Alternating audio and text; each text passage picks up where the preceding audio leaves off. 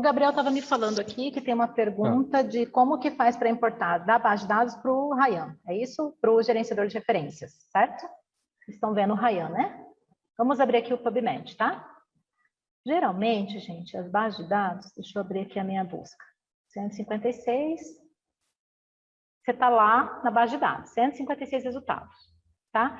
Geralmente, a sua base de dados, ela vai ter, em algum lugar dela, você procura, ele vai ter isso aqui, ó, send to, tá vendo? Enviar para. Em algum lugar, ele vai ter, ou ele vai estar assim como export, para exportar o artigo, em algum canto dela, você vai encontrar essa informação, geralmente vai estar assim, ou no meio, em cima, ou do lado direito, ou do lado esquerdo, tá? Então, você vai pôr send to citation manager, no gerenciador de referência, ele vai te perguntar, algumas vão te baixar por página, algumas você vai ter que ter inscrição para poder baixar tudo, tipo o Trip Database, que é o metabuscador, aí você precisa ter o Pro para poder fazer isso, senão você só consegue baixar um por um. Isso vai variar um pouco, mas geralmente ele vai te dar isso, ele vai te dar a opção se você quer todos os resultados, né? Todo só na página, ou fazer uma seleção, e aí você vai criar um arquivo. Tá? Então, geralmente, ele vai criar um arquivo que vai para lá no seu download, aí ele vai em vários modelos, vai nesse modelo do bloco de notas, ou ele vai no modelo RIS, geralmente você salva no RIS, tá? Então, ele vai ficar salvo lá no seu download, ele vai ficar salvo esse arquivo, tá? Aí, tudo bem, você vai ficar com esse programa lá no download. Você vai vir no gerenciador de referência, deixa eu ver se está compartilhando a minha página do gerenciador. Está compartilhando, Gabriel? O Ryan? Tá. Aí você vai lá no seu gerenciador específico de referência. Se você quer fazer uma nova... Aqui, no caso, a gente já fez, né? Mas você pode, por exemplo, aqui, ó. Nova pesquisa, né? Então, eu quero começar uma pesquisa diferente. Eu venho aqui, ó, selecionar arquivos. E aí, eu vou lá na base do meu computador, lá no meu downloads, e vou selecionar... Aqui eu não pus para baixar aquele, pela internet. Mas você vai selecionar aquele artigo que você baixou. E esse daqui, ó, são os modelos que ele vai aceitar para você de formatação. Então, você também, no Mendeley, se você está usando um outro gerenciador de referência, só para mostrar para vocês, que vai variar muito, mas você pode vir aqui, ó, adicionar arquivos ou adicionar pasta. Tá vendo?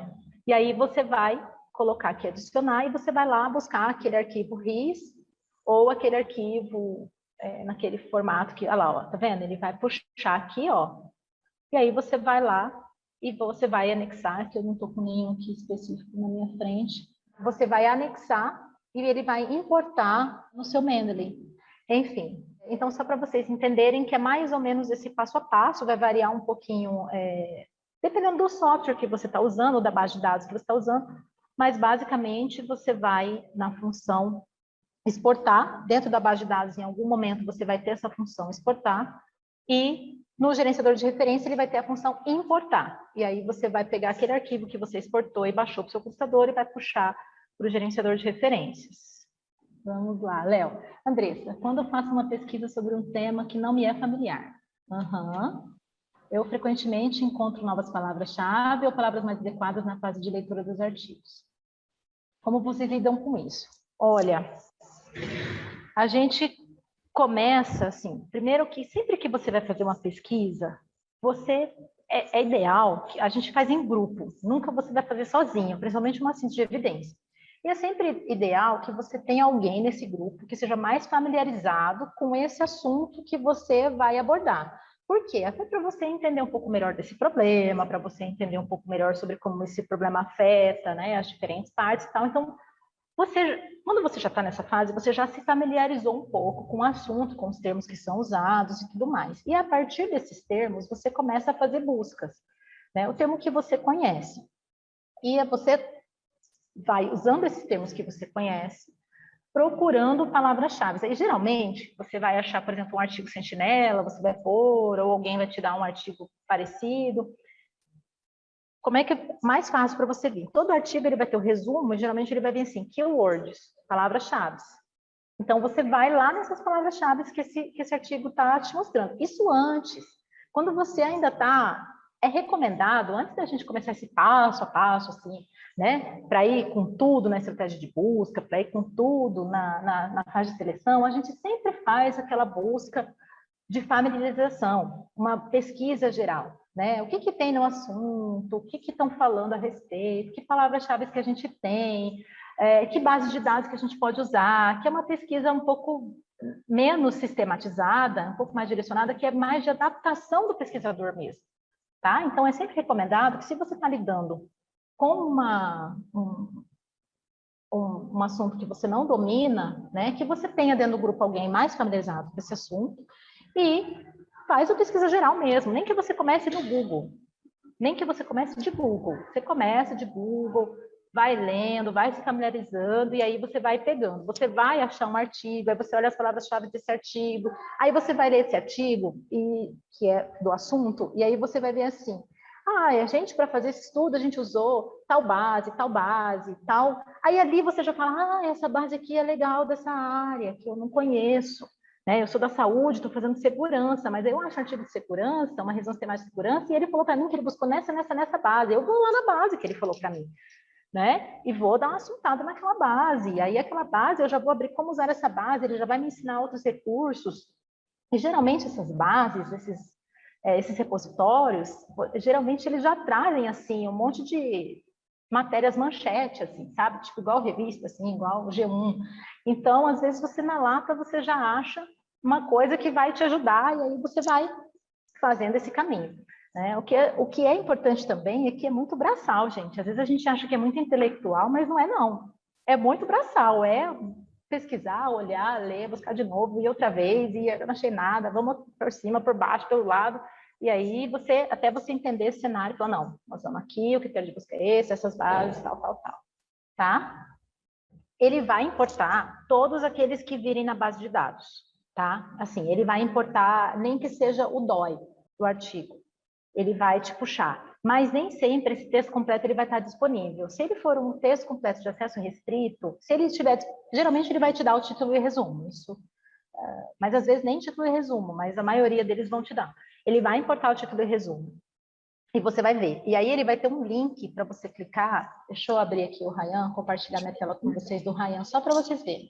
Deixa eu voltar lá, só para te mostrar. Tá. Então, aqui, ó, por exemplo, essa daqui, né? Ele vai me dar o título e o resumo. Aí, geralmente, aqui embaixo, ó, tá vendo que ele me deu um link? Aí, eu li título e resumo. Aí, eu vou clicar nesse link. Nesse link que ele vai me dar, eu vou descobrir se ele vai me dar o acesso ao texto completo ou não. Por exemplo, esse daqui, a princípio, vamos ver, da Auxiliar, acho que ele vai ser pago.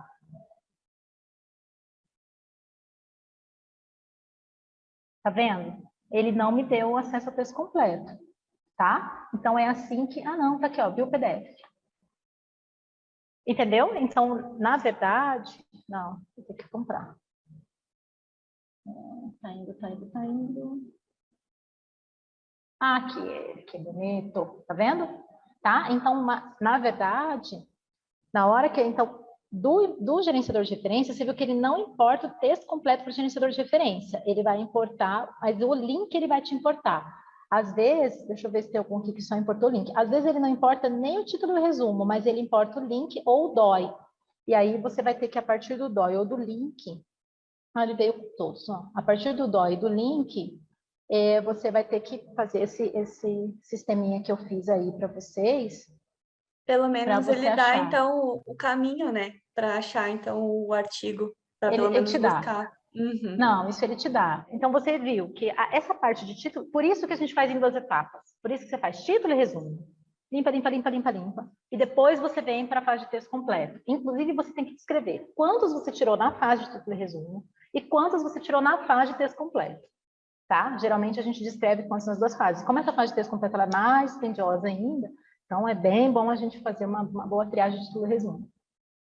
Tá, então, só para ter certeza, dos 156 artigos lá, né, que tu encontrou naquela pesquisa ali, os 156 vão ir, nem que seja o título e o link lá para eu achar o Isso. artigo. Eles Tá. vão. E aí, ele vai aparecer para você.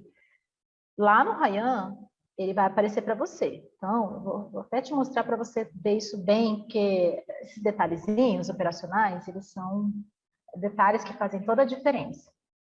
Quando a gente, ó, undecided, tá vendo? Aqui ele mostrou para mim 252 mais 2 mais 1. Antes de eu selecionar os artigos, ele estava todos aqui, 255. Tá vendo? Então, você vai ver, aqui, ó, 255. Tá vendo? Quando você importar, você importou 255. Quando você puxar para o Ryan, você vai conferir se vieram 255. Entendeu? Entendi. Se ele veio 200, aconteceu um erro na sua importação. Aí você vai lá, faz o processo de novo, mexe, aí puxa, entendeu? Tá? Então, ele sempre, você tem que conferir se os 200, para você ter essa certeza que os 253 vieram, você olha, confere se o número bateu, tá? Mesma coisa no Mendeley. Então, ou qualquer outro. Você sempre vai conferir se o número que estava na base é o número que entrou para o seu gerenciador. Se não bater o número, alguma coisa aconteceu nesse problema, nesse processo. Aí você vai voltar, vai baixar outro artigo, vai fazer. Não vou dizer para vocês que é a coisa mais fácil do mundo, entendeu? Por Deus que a gente tem aqui, né? O Gabriel, José Iga, Cassandra, que são pessoas assim que entram e falam, ai, deu problema, e puxa, mas é importante que você faça essa conferência e você só comece a fazer, porque às vezes sempre fica alguma coisa. Então, gente, assim, sobre algumas histórias, né, tem uma até que é bastante recente, a gente, com essa questão do Covid, a gente é um setor dentro da Secretaria de Saúde, né, e com essa questão da Covid, teve duas coisas que chamaram bastante atenção. Uma delas foi sobre como estava sendo feito o monitoramento dos casos ambulatoriais de Covid, então como que os pacientes estavam sendo acompanhados, né, nas residências. Então a gente tem aqui um serviço que vai ligar para os pacientes e acompanhar, e foi solicitado para a gente como é que isso estava sendo feito, né, esse monitoramento. Se era mais efetivo ligar todo dia, a cada 48 horas, se era a partir de critérios clínicos e fazia, sei lá, um fluxograma, né, de intervenção.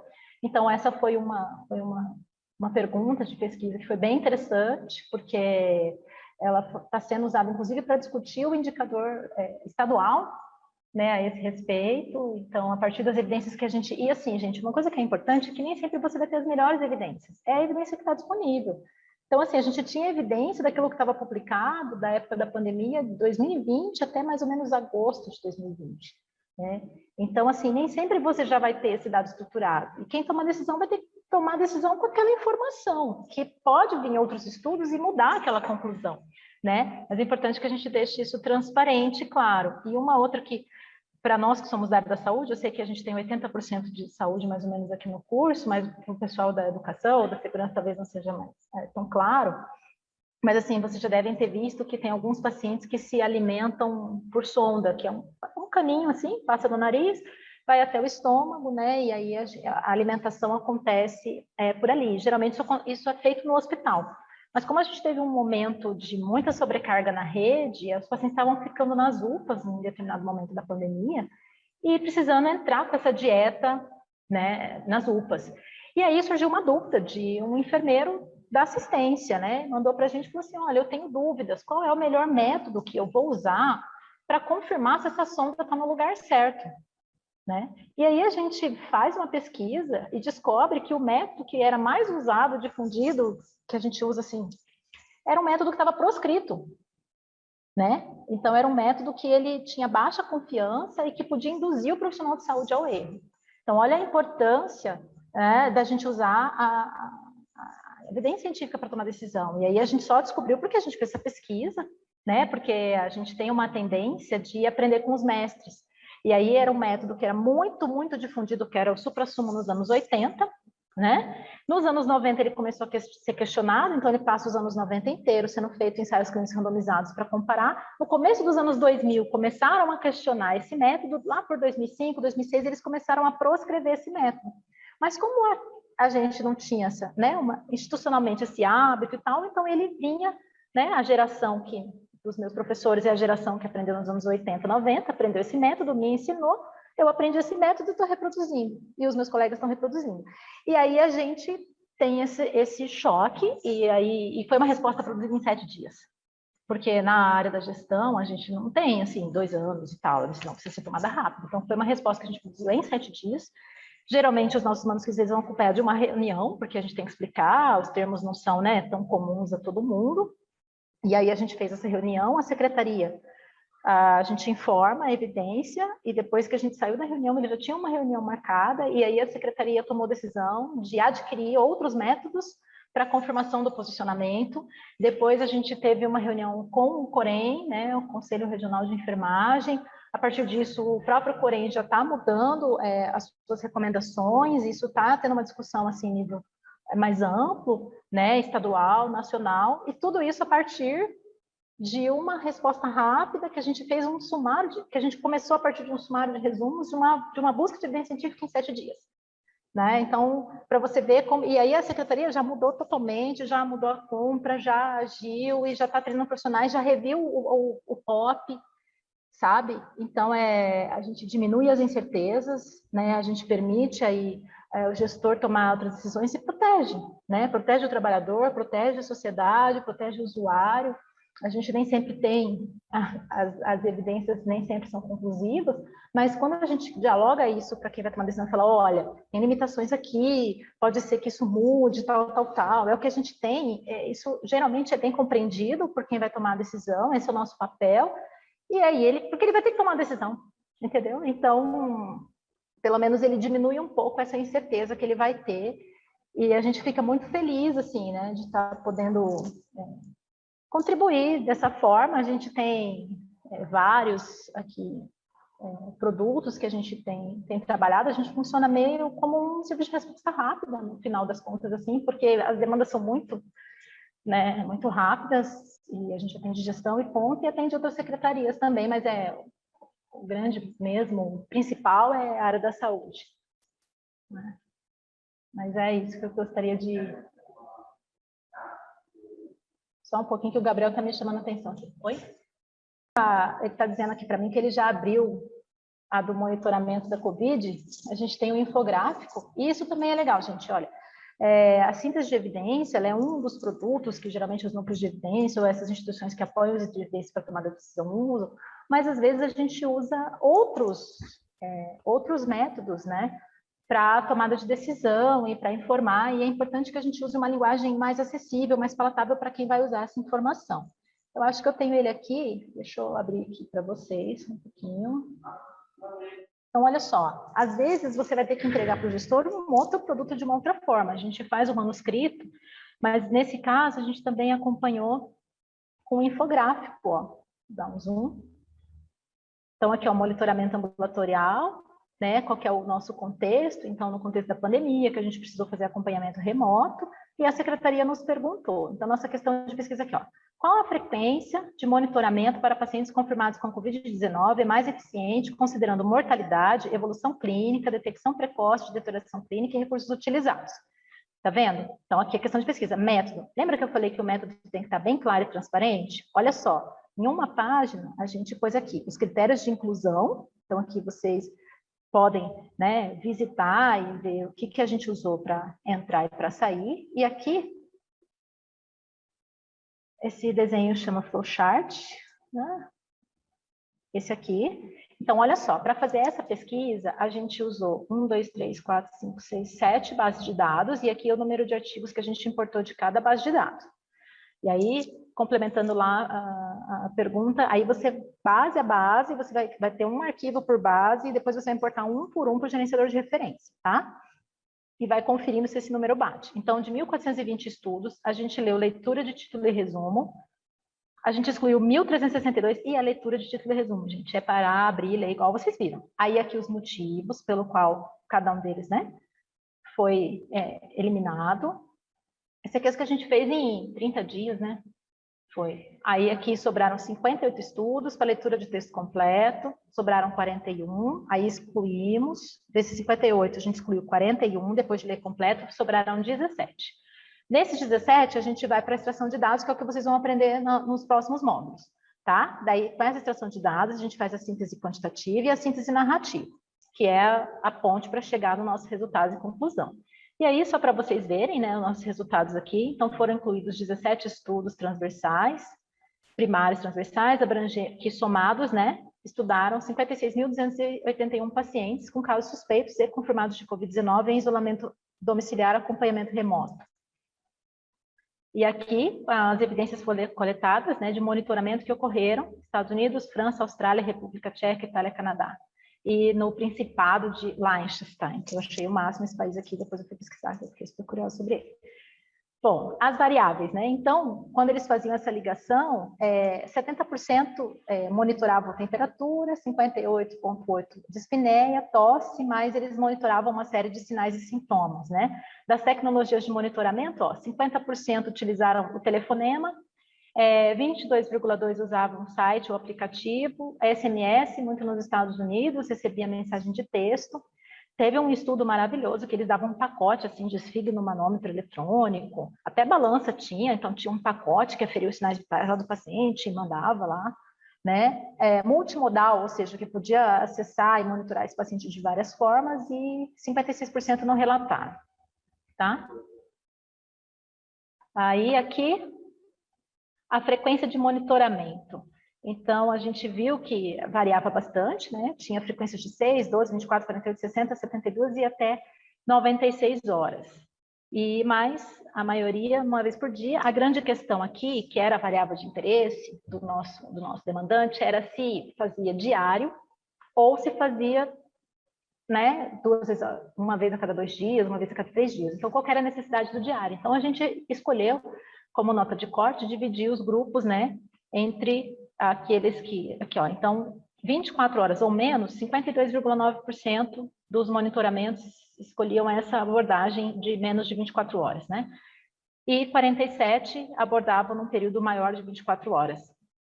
58% dos estudos, dos monitoramentos, eles tinham um intervalo variável, que dependia do quadro clínico do paciente, né? Então, se o paciente estava bem, estável, ligo daqui 3 dias. Se não estava, eu ligo daqui 3 horas. Então, que era variável, a maioria deles 58%, e que tinha um intervalo fixo, independente do quadro do paciente, 41,2%. A partir disso, a gente olhou, a gente tinha isso, todos eles eram estudos transversais, nenhum era meta-análise, né, a gente não tinha isso, eram todos estudos primários, e a gente falou, cara, vamos fazer uma meta-análise para a gente ver o que a gente enxerga, vamos fazer estatística, vamos fazer. Então, a gente sentou aqui, aí o Neve fez, né, nossa equipe, e aí a gente começou a combinar alguns números e alguns dados que a gente trabalha aí, né, a partir daquilo que a gente pegou dos artigos, que vocês vão aprender nos próximos módulos, e aí a gente, a partir dessas informações, né, a gente viu, olha, por exemplo, que aqueles que monitoravam 24 horas ou menos, a taxa de internação foi de 3,9%. Mas naqueles que eram acima de 24 horas ou variável, a taxa de internação bem maior, 7%. Isso é estatisticamente significante, é o que está verde. Taxa de UTI, 2,4% em quem era menos de 24 horas. Mas olha a taxa de UTI no que era variável. Então, você vê que quem era variável, 7 internava mais, mas agravava menos. OTI, menos, então estatisticamente significante, e 18% aqui a mortalidade não mudou muito, né? E aqui, quando o critério de definição era fixo, então eu ligava independente do quadro do paciente, é fixo, né? Quando eu tinha uma rotina fixa, mesma coisa, ó, e no variável, que a gente acabava internando mais, mas agravando menos. E aqui fez uma diferença estatisticamente significante, tanto na taxa de internação do UTI, quanto na taxa de mortalidade. Tá vendo? Então, isso aqui foi bem relevante, né? Para a gente definir se ia manter uma ligação fixa ou se a gente ia definir critérios a partir do quadro clínico do paciente, tá? E aí, enfim, então esses foram os resultados. É claro que a gente conversou sobre a conclusão e as limitações daquilo que a gente estava apresentando para a secretaria. Então, eu gostaria de falar aqui, né, que o monitoramento de pacientes pode ser organizado em diferentes frequências, lógicas, tecnologias, sendo o telemonitoramento amplamente utilizado por diversos sistemas de saúde. A definição da frequência e acompanhamento através de critérios clínicos pode levar a um melhor acompanhamento de casos mais graves e instáveis, otimizando recursos humanos, logísticos, tecnológicos e possivelmente diminuindo o agravamento clínico e a mortalidade na população global. Entretanto, o método dos estudos publicados não permite afirmar categoricamente o efeito e a magnitude que os diferentes métodos de acompanhamento influenciam os principais desfechos. Mas estudos primários precisam ser incorporados de melhor qualidade metodológica. Por quê, gente? Porque isso daqui foi uma estatística simples que a gente fez e que, a partir de os estudos, a gente não tinha nenhum estudo que pegasse a mesma população. sabe? Como é o ideal no ensaio clínico randomizado. Então, pegar a mesma população, mesmo sistema de saúde, mesmo grau de exposição ao Covid, e nenhum estudo fez isso, sabe? Separou um grupo que ligava e um grupo que não ligava. Então, a gente põe nas limitações do manuscrito que, olha, isso não foi feito, o ideal é que isso fosse feito, né? E outra, a gente tem resultados de países com sistema de saúde muito diferente do nosso. Então, a gente pegar esses resultados, trazer eles e falar que essa é a verdade absoluta, isso é muito delicado. Além disso, a gente estava lidando no começo de uma pandemia, com métodos muito heterogêneos e muito, as pessoas assim, muito empíricos de lidar com essa pandemia, e outros fatores podem influenciar nesses resultados, né? Qualidade do hospital, método do hospital, então tem muito o que a gente chama de fator de confundimento. Tá? Então, nas limitações do nosso estudo, a gente coloca isso, a gente compôs para a secretaria. Olha, provavelmente, se tiver outros estudos, ensaios clínicos randomizados, né, melhor conduzidos e tal, isso pode mudar. Isso é uma ponta de uma evidência, mas que ainda está no nível de evidência, que a gente fala assim, né, o grau que a gente pode confiar nessa evidência é extremamente baixo, a partir de estudos observacionais, né? Então, toda essa explanação ela é feita com esse gestor e diz, olha, a gente achou isso, mas essa evidência ainda é muito, muito, muito frágil, né? Mas o que a gente tem até aqui, é isso. E aí ele vai tomar decisão porque é alguma coisa, né? Pelo menos ele está vendo como que o mundo está fazendo, e a gente tem alguma coisa que a gente pode ir ponderando, inclusive a gente sugere, olha, acho que a gente inclusive podia fazer aqui e aferir, né? Como é que a gente vai ter, quais são os nossos resultados, a nossa eficácia e tudo mais, né? O acompanhamento desses pacientes, tá? Graças a Deus a gente já, aqui na nossa cidade, está super bem vacinado, a Covid já diminuiu bastante, mas a gente passou por momentos assim bastante ruins, a gente espera que eles não voltem aí. Mas assim, só para mostrar para vocês que às vezes você não tem a melhor evidência. Às vezes você tem que, puxa, olhar esse dado e falar, cara, o que eu vou fazer aqui? Peraí, vou fazer uma estatística, vou fazer um negócio para ver o que eu consigo enxergar. Mas a gente precisa ter muita clareza daquilo que a gente está trazendo, né, dos riscos, dos benefícios, das incertezas, né, porque é assim que a gente trabalha a política informada por evidência aí no dia a dia. Então, só trazendo aí alguns exemplos. Espero ter sido clara. Não, maravilhoso, André. Obrigado pela resposta. Parabéns pelo trabalho brilhante que vocês estão fazendo aí no Neve. Muito, muito bacana de ver mesmo. Gente, então a gente vai encerrar por aqui por hoje. A gente segue, né, com os grupos de mentoria, tem a plataforma do Google Classroom, se precisar de apoio. Também tem os nossos e-mails. E a gente se encontra na próxima semana para começar a discutir o que fazer com essas revisões temáticas. Né? Andressa, obrigado mais uma vez pela tua exposição, que foi maravilhosa. Obrigado a participação de todo mundo.